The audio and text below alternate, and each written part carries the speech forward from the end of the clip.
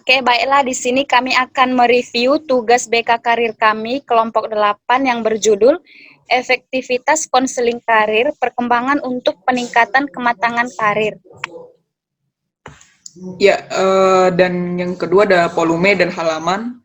Volume di sini yang dimaksud adalah tahun keberapa diterbitkannya. Jadi, tahun terbitnya adalah tahun 2017 dan halaman untuk keseluruhan di jurnal adalah 16 halaman. Dan di sini tahun artikel ini dari tahun 2014-2015. Untuk penulis atau penelitinya adalah Nurlela SPD. Dan nama preview dari artikel ini ada Magdalena dan Elwi. Tanggal di review adalah tanggal 19 bulan 12 2020. Dan kata kunci dari artikel ini adalah konseling karir perkembangan kematangan karir. Ya, pendahuluannya kematangan karir jika dikaitkan dengan peserta didik adalah kesiapan dan kompetensi peserta didik untuk membuat keputusan karir. Kematangan karir itu sendiri memiliki hubungan yang signifikan dengan konsep diri, yaitu sebesar 25%. Kematangan karir pada peserta didik biasanya dihubungkan dengan kesiapan memasuki perguruan tinggi, pengetahuan tentang pilihan program studi di perguruan tinggi, pengetahuan tentang dunia pekerjaan, dan informasi-informasi yang berkaitan dengan dunia perguruan tinggi dan pekerjaan lainnya. Sangat penting peserta didik matang dalam karirnya, karena hal tersebut berkaitan erat dengan karir masa depan peserta didik itu sendiri. Nah, di sini ditemukan alasan mengapa sang peneliti memilih problem tersebut. Nah, di sini peneliti ingin mengetahui tentang yang pertama itu, seperti apa profil kematangan karir peserta didik kelas 11 di SMA PGRI 2 Palembang tahun pelajaran 2014-2015.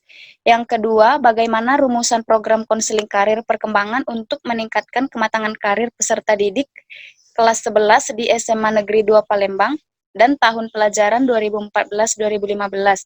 Dan yang terakhir itu, peneliti ingin mengetahui bagaimana sih efektivitas konseling karir perkembangan untuk meningkatkan kematangan karir peserta didik kelas 11 di SMA Negeri 2 Palembang tahun pelajaran 2014-2015.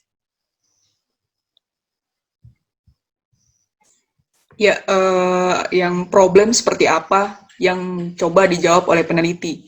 Jadi, yang dicoba dijawab oleh peneliti ini adalah tentang peningkatan kematangan karir di peserta didik.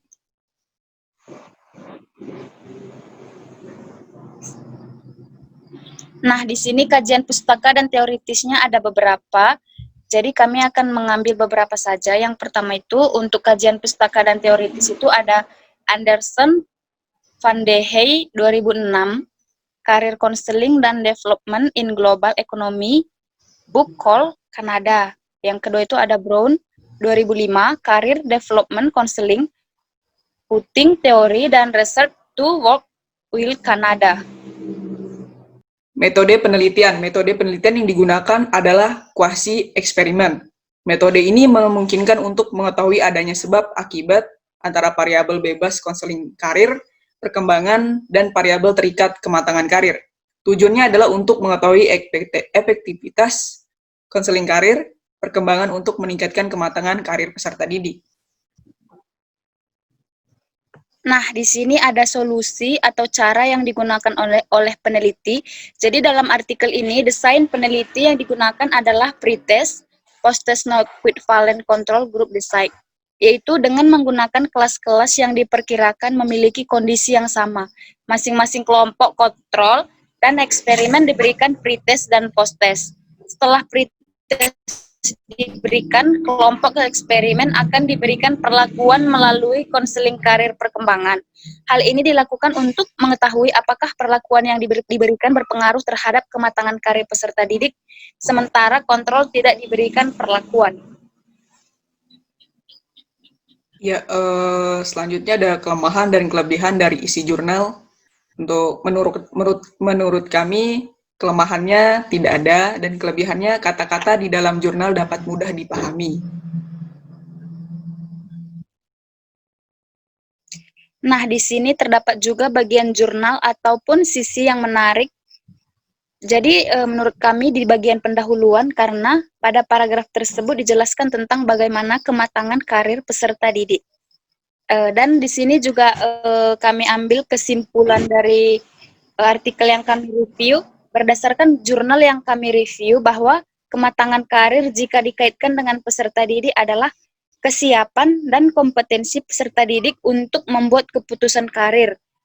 Terdapat dari bukunya Suherman 2013 halaman 73. Kematangan karir itu sendiri memiliki hubungan yang signifikan dengan konsep diri yaitu sebesar 25% dalam buku Ilvandra 1997. Kematangan karir pada peserta didik biasanya dihubungkan dengan kesiapan memasuki perguruan tinggi, pengetahuan tentang pilihan program studi di perguruan tinggi, pengetahuan tentang dunia pekerjaan, dan juga informasi-informasi yang berkaitan dengan dunia perguruan tinggi dan pekerjaan lainnya sangat penting peserta didik dalam karirnya. Ya, yang terakhir adalah apakah sumber referensi terbaru atau referensi terlama dari jurnal ini. Nah, yang kami lihat adalah dari daftar pustakanya, yaitu referensi terlama.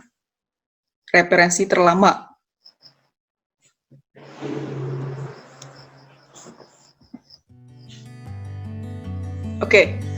Terima kasih. Jadi demikian hasil dari artikel yang kami review dan nama pereview itu ada Magdalena dan Elwi. Semoga bermanfaat bagi kita semuanya.